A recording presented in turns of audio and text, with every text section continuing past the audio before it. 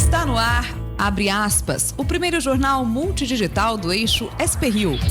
Abre aspas. Apoio. FIA. A FIA faz diferença.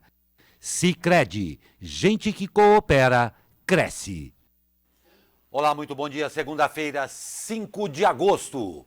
Com transmissão ao vivo pelos Facebooks da SP-Rio+, e do jornal O Vale, está no ar o Abre Aspas, direto dos estúdios da SP-Rio+, no Jardim Aquários, em São José dos Campos, São Paulo. E lembrando, você pode participar enviando sua mensagem aí pela linha do tempo do Facebook. Comigo, o jornalista Zé Guilherme. Muito bom dia, Zé. Bom dia, Glauco. Seja bem-vindo. Tamo aí. E os destaques desta edição. Fim de férias e deputados retomam as discussões da reforma da Previdência. Fumaça e fogo.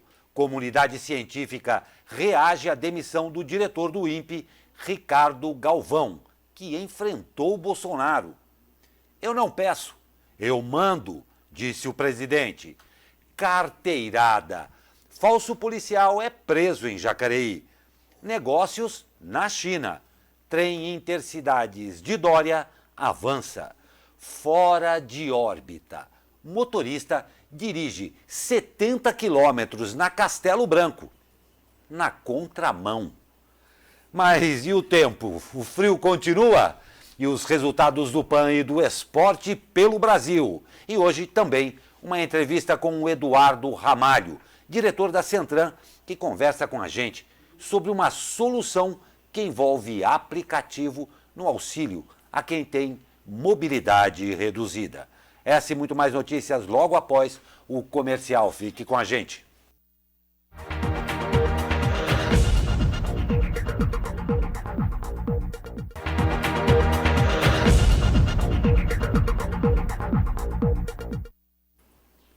E a reforma está de volta. Com a volta do recesso parlamentar, a reforma da Previdência volta ao centro das discussões hoje. O texto aprovado na Câmara dos Deputados em julho ainda precisa passar por mais um turno de votação na Casa. Para tentar garantir o mesmo sucesso da primeira votação, na última semana o presidente da Câmara, Rodrigo Maia, realizou extensa agenda de reuniões. Maia esteve com o secretário da Previdência, Rogério Marinho, com o deputado do PL, Marcelo Ramos, que foi quem presidiu a comissão especial sobre o assunto, com o ministro da Casa Civil, Onyx Lorenzoni, e com o presidente Jair Bolsonaro. Esta semana, ele deve reunir líderes governistas em um jantar para mapear os votos e ver se há condições para encerrar a matéria na Casa até quarta-feira. Se for aprovada na Câmara, a proposta irá para o Senado, onde começará a tramitar na Comissão de Constituição e Justiça, com a relatoria do senador Tasso Gereissati, do PSDB. Na lista de polêmicas a serem defendidas em torno do texto estão a situação de categorias profissionais específicas, como professores e policiais, que foram beneficiadas na reta final da tramitação na Câmara, além da inclusão ou não de estados e municípios na reforma. E após a divulgação de dados sobre o aumento do desmatamento na Amazônia e críticas a Bolsonaro, o diretor do INPE, Ricardo Galvão, foi exonerado do cargo. O presidente Jair Bolsonaro confirmou que o ministro de Ciências e Tecnologia, Marcos Pontes, demitiu Galvão a seu pedido. De acordo com o presidente, não havia mais clima para que ele continuasse no cargo. Abre aspas. Eu não peço, certas coisas eu mando. Por isso que sou presidente. Após as declarações dele a meu respeito, pessoais, não tinha clima para continuar mais, disse Bolsonaro. O líder da oposição ao governo no Senado, Randolfo Rodrigues, disse que quer explicações do ministro Marcos Pontes sobre a demissão de Galvão. O senador irá protocolar no Supremo uma ação contra o governo por omissão na proteção ao meio ambiente. O embate cientistas versus Bolsonaro continua. Um dos mais renomados cientistas brasileiros, Carlos Nobre, ex-chefe do CPTEC, que é o Centro de Previsão do Tempo e Estudos Climáticos, confirmou que os dados do INPE revelam um aumento exponencial do desmatamento da Amazônia. Nobre defendeu a qualidade do trabalho do INPE e disse que o questionamento em relação aos dados sobre o desmatamento não tem fundamento. O INPE deve divulgar nos próximos dias dados do DETER, que é o Sistema de Detecção do Desmatamento em Tempo Real, para o período de agosto de 2018 a julho de 2019. O comentário do jornalista Zé Guilherme. Eis a questão. Demissão por mérito. Você já ouviu falar nisso? Pois é, para um governo que se elegeu defendendo com unhas e dentes a meritocracia, Ricardo Galvão, diretor do INPE, foi demitido na sexta-feira porque, competente e com argumentos, enfrentou o presidente Jair Bolsonaro. Julga-se se ele foi ou não deselegante com o mandatário. Ora, Galvão simplesmente defendeu o nosso INPE, dos ataques grosseiros e sem base científica emanados do Planalto e adjacências. É um dos primeiros cientistas a bater de frente com o governo, bater de frente de verdade. A comunidade científica esperneia, mas precisou um Ricardo Galvão, cientista sem apego ao cargo, para apontar os equívocos do Planalto em relação às medições do desmatamento. Galvão foi acusado até de defender interesses de ONGs, vejam só. É triste saber que um cientista como Ricardo Galvão tenha sido abandonado no campo de batalha pelo ministro da Ciência e Tecnologia, Marcos Pontes, um iteano que sabe muito bem dos valores do INPE.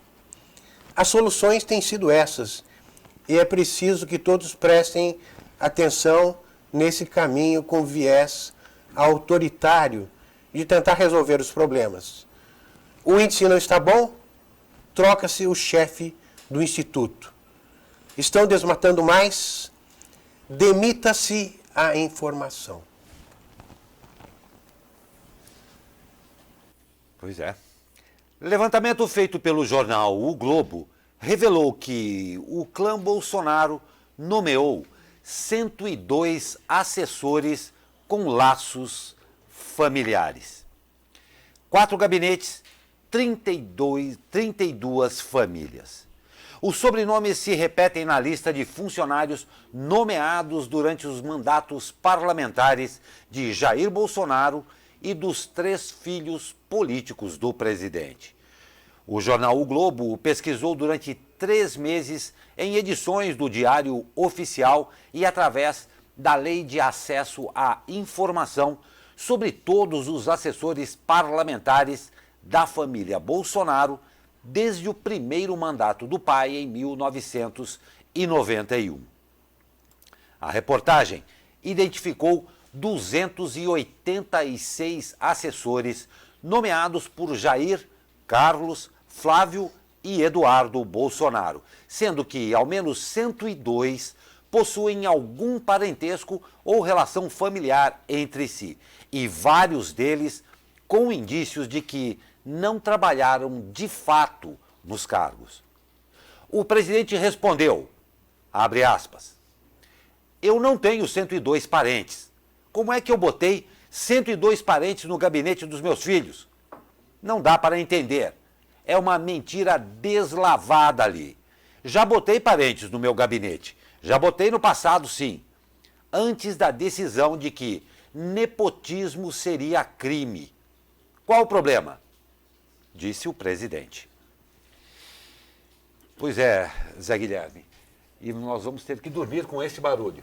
102 não é pouco até descobrir que nepotismo ou nepotismo virar crime. Não, agora a gente tem que conviver com essa ideia de que o filho será embaixador nos Estados Unidos. Com a anuência de Trump, que Com achou... a anuência de Trump, porque saber fazer um hambúrguer virou o quesito principal aí para conseguir. Durma-se com este cheiro e com esta gordura, não é?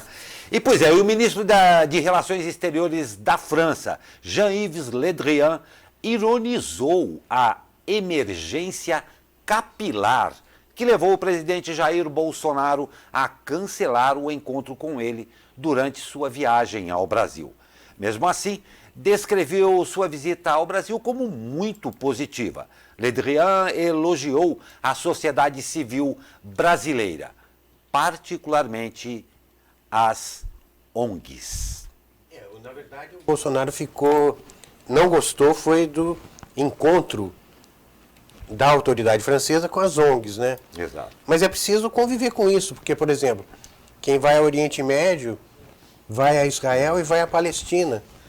Então é uma coisa tão normal isso, né? Você estar num país e também procurar ouvir a oposição, né? Mas aqui parece que a coisa não é bem assim. Pois é, nós temos mostras que a nossa diplomacia está se mostrando um pouco infantil nesse sentido. E a diplomacia, como que acabamos de estar, como um todo, né? É isso aí. Pois é, eu quero agradecer muito a sua participação, que, claro, é sempre muito importante. Lembrando a você que está assistindo aí que nós estamos ao vivo, então o seu comentário, a sua crítica, a sua sugestão e, claro, também o seu bom dia é muito bacana e muito importante para a gente. É só escrever aí na linha do tempo embaixo aí no Facebook que você está nos assistindo. E eu agradeço a Isilda do Nascimento, a Neiva Sampaio e a Eugênia Minecuti. Seja bem-vinda de volta também, a Eugênia aqui, ao bom dia a todos nós. É sempre muito importante ter vocês com a gente. Muito, muito obrigado mesmo. E o presidente Jair Bolsonaro afirmou neste domingo estar chateado com o ministro do STF, Celso de Mello. Segundo o presidente, ele foi esculachado em críticas muito pessoais. Celso de Mello disse que Bolsonaro minimiza perigosamente a importância da Constituição Federal e degrada a autoridade do parlamento brasileiro, ao ter reeditado a medida provisória sobre demarcação de terras indígenas. Abre aspas para Bolsonaro.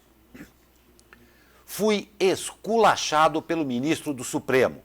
Pela maneira, dói no meu coração, disse o presidente após ir a culto em igreja evangélica. Só uma coisinha. Acaba de sair aqui uma notícia no portal G1. O ministro da Ciência e Tecnologia, Marcos Pontes, deu uma entrevista agora de manhã, Rádio Eldorado. E ele diz que cogita escolher um oficial da aeronáutica para a direção do INPE. Vamos aguardar aí, então, que para a direção do INPE deve ser escolhido um oficial, um militar da aeronáutica. Vamos acompanhar. Nós vamos para um rápido comercial. Na volta, o tempo para a gente saber como é que fica esse frio aí. E uma entrevista com o diretor da Centran, Eduardo Ramalho. Fique com a gente.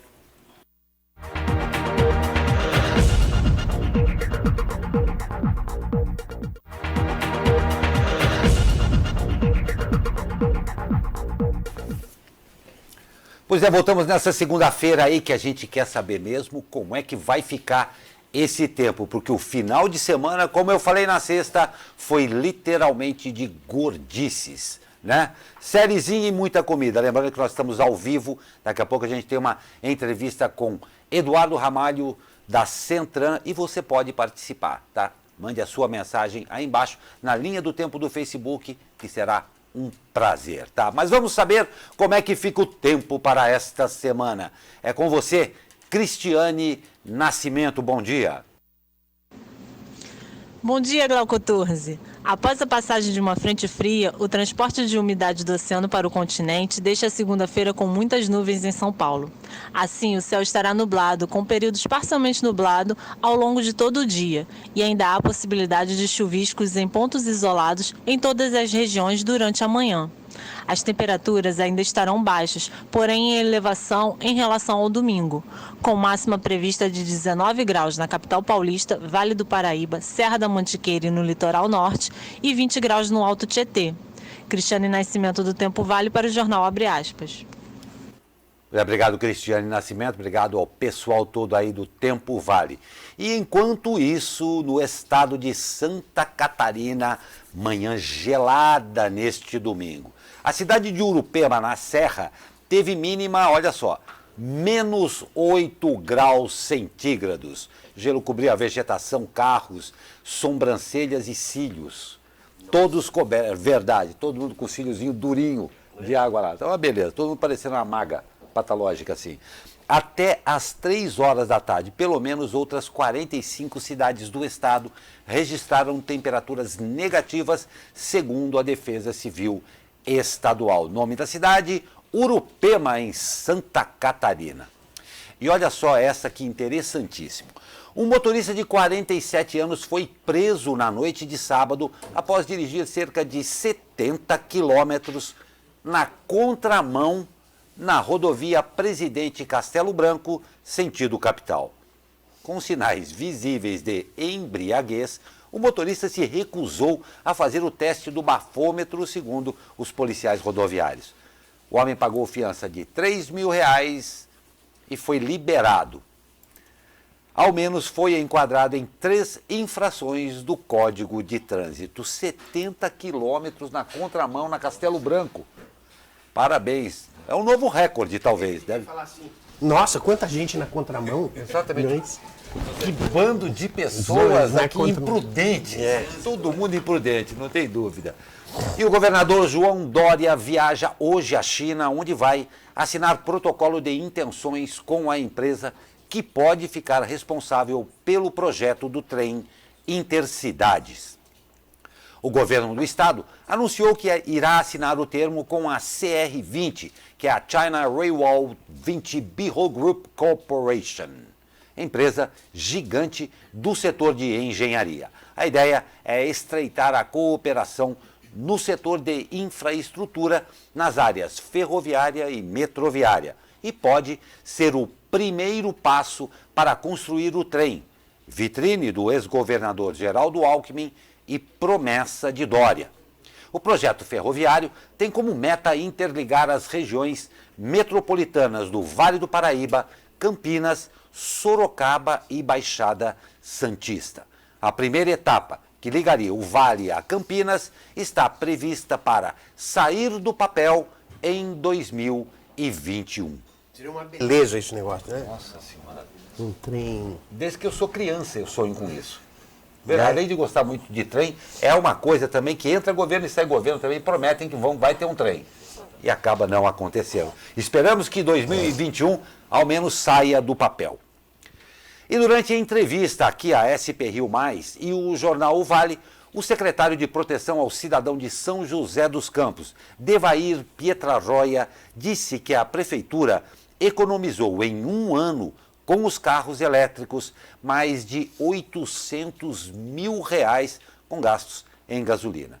Segundo o secretário, os dados foram obtidos com base na média de quilometragem percorrida pelos guardas, calculados ao consumo médio do antigo veículo da Guarda Civil Municipal, o Chevrolet Vectra. Segundo Pietrarroia, a prefeitura gastava cerca de R$92 por dia com os 30 veículos a combustão, o que dá valor final de R$ 993.600 em um ano. Os valores de gastos diários não são exatos, apenas o gasto anual, tá?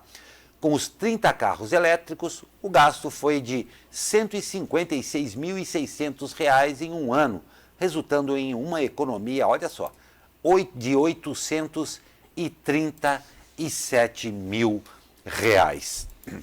E eu pego carona nessa notícia aí dos carros para dar as boas-vindas aqui ao nosso entrevistado de hoje, o senhor Eduardo Ramalho, diretor da Centran, que vai conversar com a gente sobre uma solução para lá de interessante que envolve um aplicativo no auxílio a quem tem mobilidade reduzida. Eduardo, seja muito bem-vindo aqui à nossa bancada, um prazer recebê-lo aqui.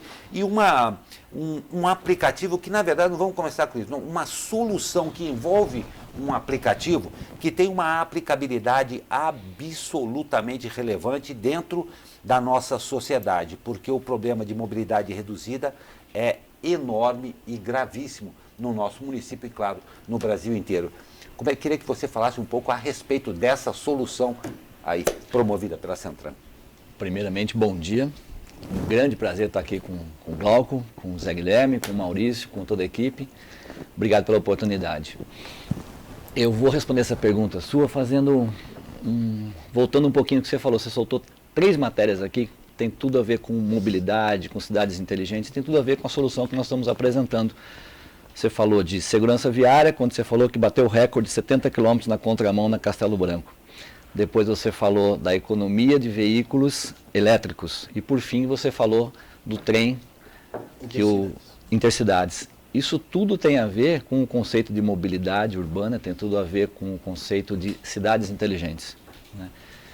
E o aplicativo chamado Acesso Já, que é o nome dado pela Prefeitura de São José dos Campos, ele busca exatamente isso. Ele busca trazer segurança, ele busca trazer economia, ele busca trazer transparência, ele busca dignidade acima de tudo no transporte dessas pessoas que têm mobilidade reduzida.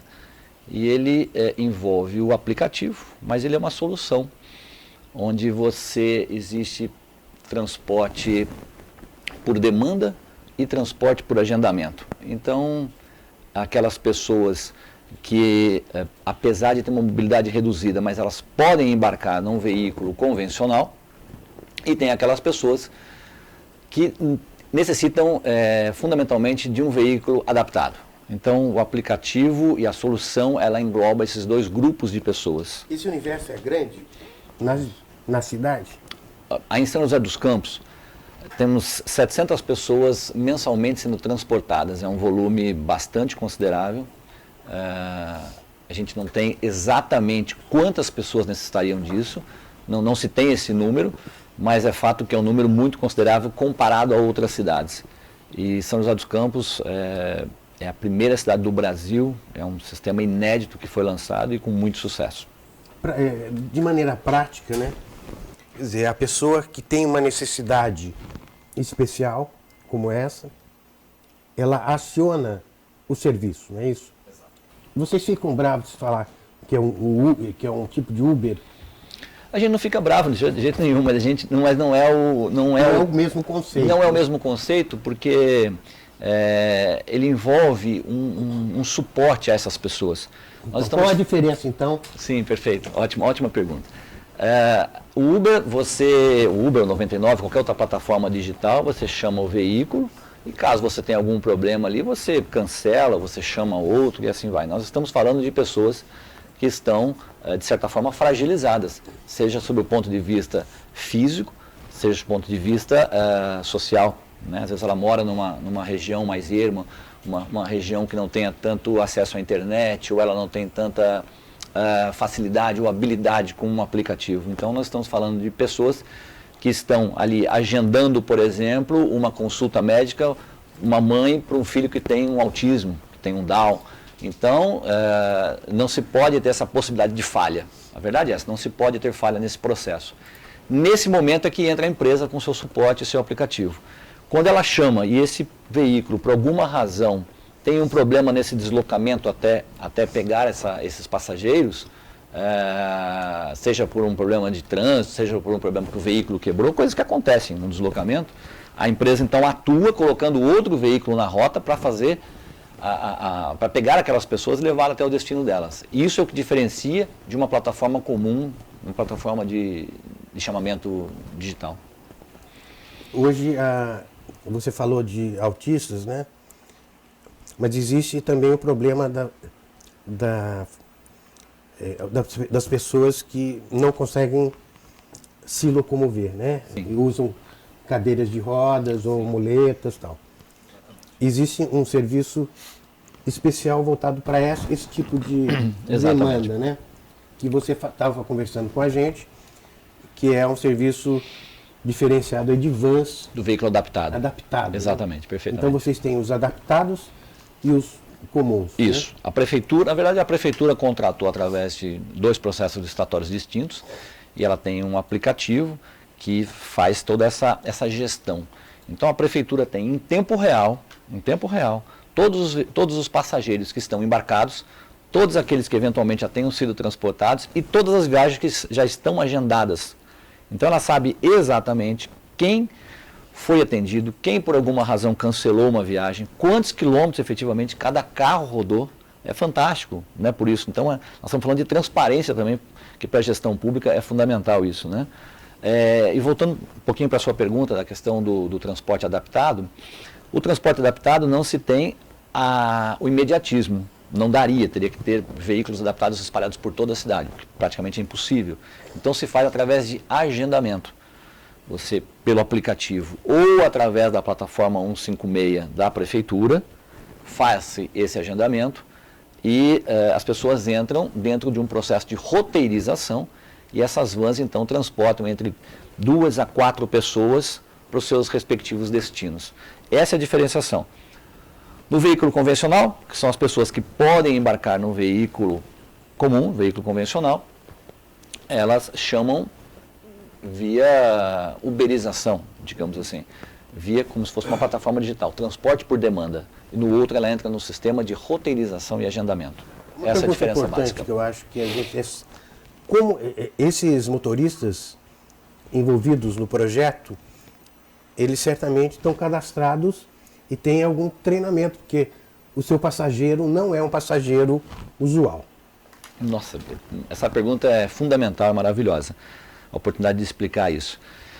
São motoristas, em sua grande maioria, que trabalham para outras plataformas digital. Então nós temos lá motoristas do 99, motoristas do Uber, motoristas do táxi. E esses motoristas então, são selecionados.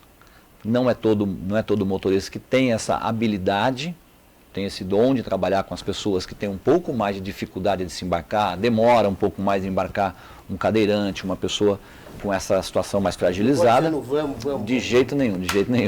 Exatamente. Então, são motoristas que são selecionados, são treinados periodicamente, são capacitados periodicamente e eles também têm algumas exigências a mais, como ter a abertura de uma MEI, que é a microempresa individual. Isso é fundamental, quer dizer, esse camarada entra num sistema, ele está regularizado, está trazendo também para ele uma condição social melhor. Né? Outras plataformas não exigem isso. E a gente exige isso do motorista de forma que ele é um cara mais organizado, ele gera impostos para a prefeitura e ele então é inserido no sistema e capacitado permanentemente. E todo esse projeto já ganhou um prêmio, não é isso? É, isso aí. Que prêmio é esse? Nós estamos muito orgulhosos. O prêmio, deixando claro que quem foi premiado é a prefeitura pela iniciativa dela. É o Instituto Smart City Brasil, um instituto muito respeitado e muito tradicional no Brasil, que premia iniciativas de cunho tecnológico e de cunho social. Tem que criar esses 2 eixos fundamentais e trazer qualidade de vida. E a Prefeitura, então, de São José dos Campos foi agraciada na segunda-feira retrasada, em São Paulo, com um reconhecimento entre os 20 melhores projetos do Brasil no ano de 2018. E esse é um deles, né? Esse é o... Agora, você com uma empresa nessa área, você pode traçar um breve panorama do que está acontecendo em outras cidades? Tem interesse por esse tipo de serviço? Sim.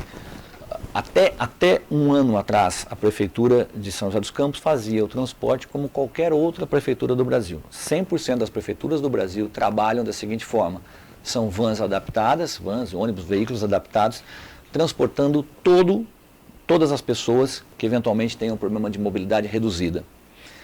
A partir deste incremento, dessa tecnologia, dessa forma de se fazer diferente que São José dos Campos criou, e a partir da premiação, obviamente, houve uma notoriedade nacional e nós temos tido muita busca, muita procura por conhecer melhor o serviço. Então ele traz transparência para a prefeitura, ele traz conforto e segurança para o usuário, e ele traz um negócio fundamental, que eu gostaria de falar um pouquinho depois, que é dignidade também para esse usuário do sistema.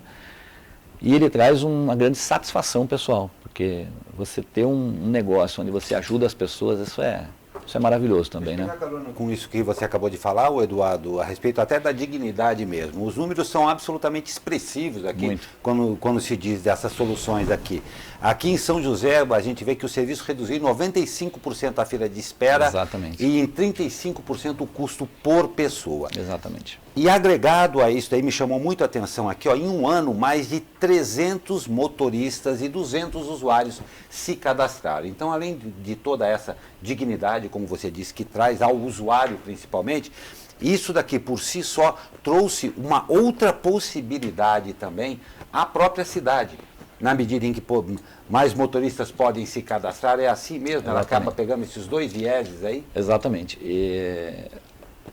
A redução foi tão expressiva que hoje a Prefeitura de São José dos Campos faz uma coisa que também acredito que só ela faça no Brasil, que ela liberou uma cota social. Quer dizer, se gastava aproximadamente R$450 mil para transportar cerca de 350, 400 pessoas. Hoje se gasta o mesmo valor e se transporta 700 pessoas por mês. Só a nossa empresa roda 55 mil quilômetros por mês, através de 220 motoristas. Então você trouxe agilidade, rapidez, segurança e aí, diante desses números, a prefeitura entendeu que poderia liberar uma cota social. Então hoje as pessoas não se restringem a ir para um médico, para uma fisioterapia, para algo, mas também para o lazer. Ela pode ir no banco, pode ir no shopping, pode ir no teatro, pode fazer outras coisas que... Né? A tal da dignidade. A tal da dignidade, exatamente. Perfeitamente, é isso aí. É uma cota, né? A prefeitura libera, na verdade, quilômetros para cada pessoa, né? Ela faz uma estimativa entre a origem e o destino, e aí ela libera esse volume de quilometragem para cada usuário. Isso é todinho controlado pelo sistema. Com a necessidade dela. Pode ser ir ao médico ou ir ao banco. Exatamente. E é uma questão... social, né? Social, legal. É uma questão de inteligência, né? Exatamente. E mobilidade, né? Tem tudo a ver com mobilidade, inteligência, né? Tecnologia. Exatamente. Engloba todos esses conceitos, né? De cidade inteligente, né? Perfeito. Muito bom. Pois é, eu quero aqui agradecer ao Hamilton Gonçalves Moraes, que está conosco aqui participando do jornal. Lembrando que nós estamos ao vivo, a sua pergunta será sempre e muito bem-vinda. Zé Guilherme, uma entrevista aqui para a sua volta realmente muito importante em termos de cidade e em termos, adorei isso que você falou, Eduardo, de dignidade ao ser humano. Exatamente. Isso é muito legal e eu quero, aqui nós estamos indo para o final da entrevista, eu quero fazer uma outra exaltação aqui, se você me permite, é exatamente a própria Centran que desenvolveu isso daí, é uma empresa daqui dessa cidade, não é? Perfeitamente. Que mais uma vez aí dá o seu quinhão de contribuição para esse Brasil numa palavra que praticamente define a nossa cidade, que é tecnologia. Tecnologia, exatamente. Tecnologia com qualidade de vida, levando qualidade de vida, né? Isso que é bacana, né? Desde quando existe essa entrada? Nós estamos há 22 anos no mercado, temos algumas áreas de atuação, área privada, área pública, mas na área pública que se destina a essa solução em específico. Essa solução é a primeira solução mais pública? Essa solução foi uma iniciativa da prefeitura, onde quando nós vimos publicado, nós vimos ali uma oportunidade e resolvemos encarar. Confesso que no começo foi um pouco de receio, porque não se sabia como isso ia transcorrer. Foi realmente um ato de ousadia, digamos assim. Eu acho que de ambas as partes. Coragem. Então. De coragem, da prefeitura também. E depois de um ano a gente vê esse sucesso coroado, né? Isso que é muito bacana, é muito legal de estar participando desse projeto. Não tem a menor dúvida. Eduardo Ramalho, um prazer tê-lo aqui. Muito obrigado. Um prazer mesmo. Espero que as visitas aí se multipliquem e, claro, sempre com notícias desse quilate aqui, desse quinhão, que é uma coisa sempre muito interessante quando a gente traz boas notícias de empresas e cidadãos daqui da cidade, daqui de São José dos Campos e, claro, com essa amplitude toda para a região metropolitana do Vale, que traz soluções viáveis e que nos levem a tempos melhor, como ele bem disse, com qualidade de vida. Eu agradeço muito a sua presença. Obrigado, Glauco. Obrigado, Zé Guilherme. Obrigado obrigado Maurício, obrigado equipe, um prazer estar aqui. Só chamar que a gente vem. Opa, então já virou compromisso. Já virou compromisso. Eu agradeço também a presença da sua assessora de imprensa aqui em nosso estúdio, a Letícia Maciel. Muito obrigado pela sua presença. A vocês que participaram, calma que não acabou ainda não. A gente vai para um rápido comercial e volta, claro, com mais notícias para você. Fique com a gente.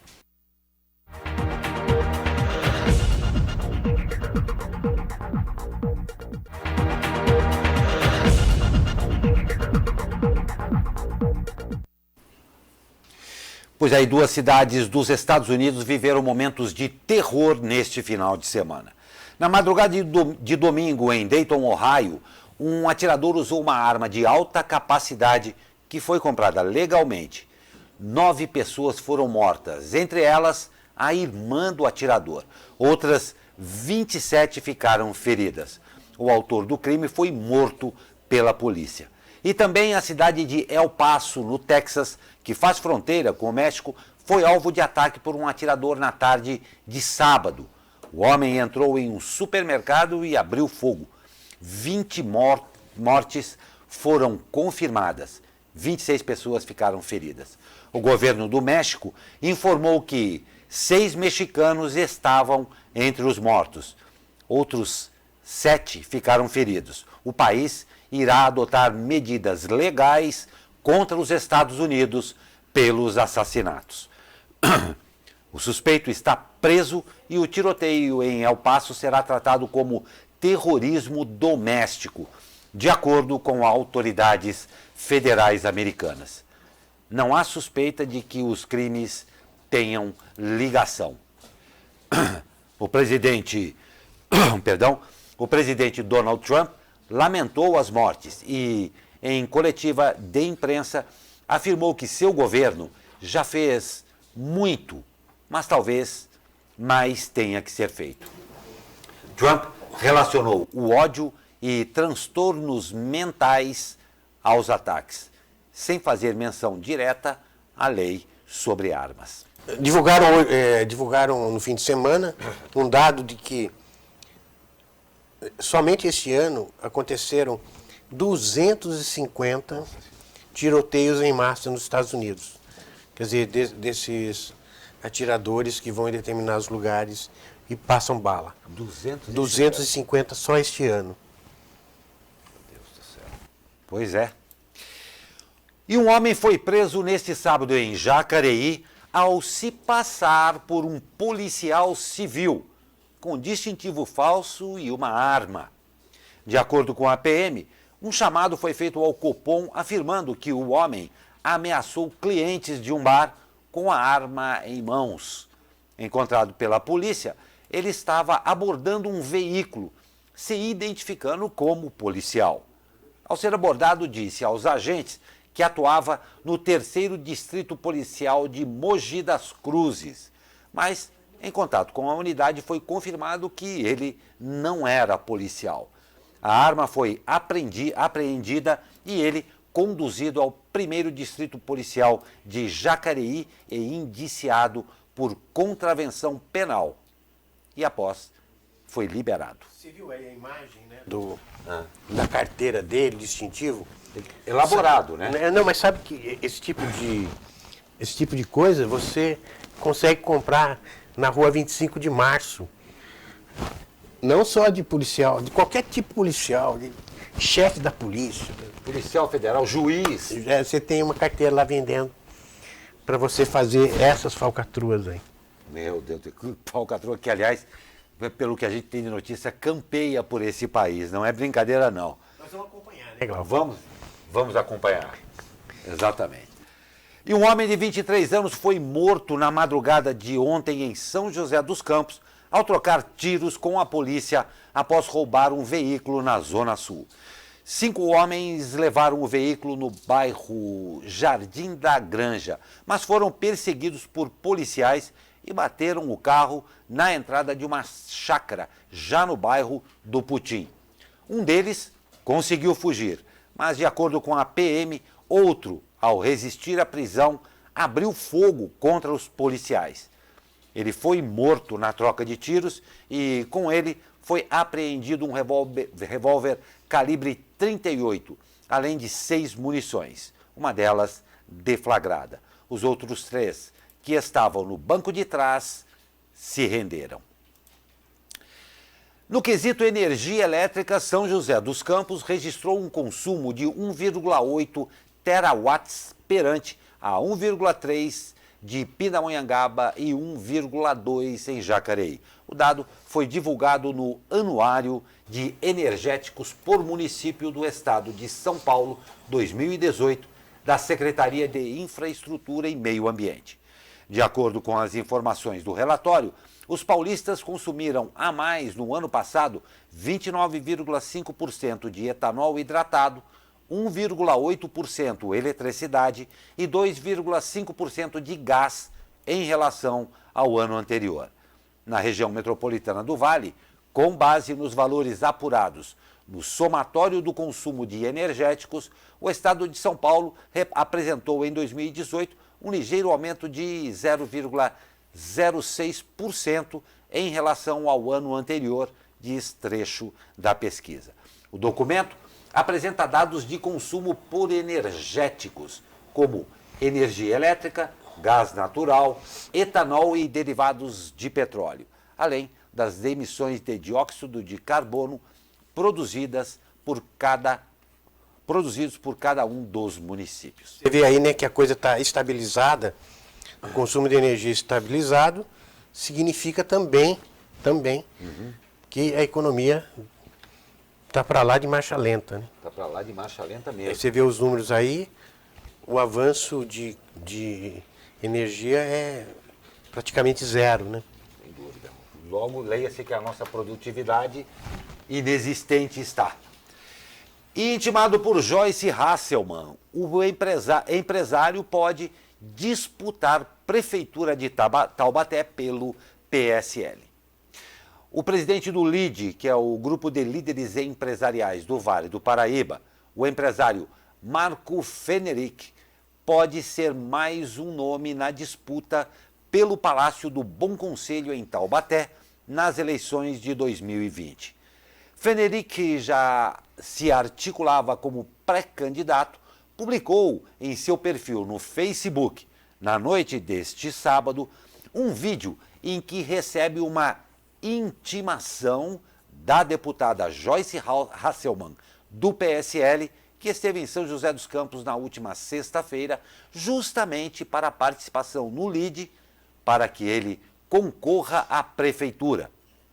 Ele recebeu uma intimação para ser candidato, uma intimação para cuidar de seu povo e sua cidade, diz Joyce, antes de concluir dizendo que fará campanha e que quer vê-lo prefeito. Fenerick, que também é proprietário da rádio Jovem Pan em Taubaté, ainda não é filiado, mas possivelmente deve integrar o PSL, partido do presidente Jair Bolsonaro e pelo qual Joyce Hasselmann é líder do governo na Câmara dos Deputados. No segundo turno das eleições do ano passado, Bolsonaro recebeu 81,03% dos votos em Taubaté. E vamos ao Pan-Americano. E que fim de semana para o Brasil, hein? Primeiro com o novo nome da geração do tênis brasileiro. Em quase 3 horas de partida, João Menezes venceu o chileno Barrios por 2-1 e garantiu o ouro no esporte. E teve show brasileiro nas águas do Peru, com medalhas para Ana Sátila e Pedro Henrique. O Brasil se destacou na canoagem. E ainda na água, só que agora no mar. Chloe Calmon venceu a peruana Maria Fernanda Reyes e conquistou a medalha de ouro no longboard. Agora em águas abertas, Ana Marcela Cunha levou o ouro nos 10 quilômetros da maratona aquática. O Brasil fechou o pódio com Viviane Jungblut, que ficou com o bronze. E com essas medalhas conquistadas durante o final de semana, o Brasil superou o México e agora assume a segunda posição no quadro geral de medalhas no PAN. Bem bacana aí. Parabéns aos brasileiros. Estamos fazendo barba e cabelo aí no nosso jogo do PAN, hein, Zé? Pois é. Vamos que vamos. E por aqui, hein? Por aqui os resultados do final de semana. E estreia com o pé direito. O São José Basquetebol venceu o Corinthians por 91-77 e começou bem sua caminhada no Campeonato Paulista. Agora, o time da região se prepara para o próximo confronto. Na próxima quarta-feira, a equipe vai até São Paulo enfrentar o paulistano. E quando a fase é boa, tudo tende a dar certo, né não? Com gol marcado nos acréscimos, o Burro da Central venceu o Corinthians por 2-1 neste domingo de manhã, no estádio do Joaquinzão, em Taubaté. Com o resultado, o time comandado pelo técnico Ivan Iso chegou aos 11 pontos, ocupando assim a vice-liderança do grupo 3 da Copa Paulista. O time da região volta a campo no próximo domingo, quando enfrenta o Juventus na capital. E mais um empate, com direito a gol no último minuto. O São José empatou pelo placar de 1-1 com o José Bonifácio no norte do estado. Por conta da goleada do Flamengo em cima do Matonense por 5-0, o time comandado pelo técnico Oliveira se mantém na segunda posição do grupo 12 com 7 pontos. Por conta disso, a Águia do Vale vai decidir a classificação no próximo domingo, quando recebe a Matonense no Martins Pereira. Um empate classifica o time joseense. Derrota significará a eliminação e o fim do sonho da classificação. E o joseense ficou mais distante. O Tigre do Vale empatou por 1-1 com o Rio Branco e se complicou no grupo 10. O time de Rafael Attili continua na última posição do grupo com 5 pontos. O time joseense volta a jogar no domingo quando enfrenta o Marília fora de casa pela última rodada. E as meninas do São José, essas se garantiram na próxima fase do Campeonato Brasileiro após vencer o Santos por 2-1 no Martins Pereira. Com isso, as meninas encerram a primeira fase do torneio na 8ª posição com 22 pontos conquistados. Agora, a equipe joseense enfrenta o Corinthians na próxima fase. As datas e o horário dos confrontos ainda não foram definidos. O resultado do jogo foi 2-1? Não, foi 2-0, né? É, 2-0. É. Eu falei 2-1? Sim. Eu falei 2-1. Você falou 2-1. Você está querendo complicar aí a escalação. Situação.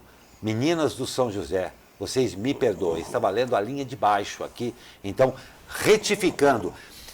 E as meninas do São José se garantiram na próxima fase do Campeonato Brasileiro após vencer o Santos por 2-0 no Martins Pereira. Me perdoem as meninas aí do São José. Zé Guilherme, estamos indo para o final da edição desta segunda-feira. Alguma observação primorosa para arremate? Não, eu estou voltando aos poucos, meio resfriado. Exatamente. Quem sabe no fim da semana eu já esteja a todo vapor. De qualquer forma, é um prazer tê-lo novamente aqui na bancada, cerrando fileiras, trazendo as notícias aqui ao nosso telespectador da SP Rio Mais. Muito bem-vindo de volta, Zé.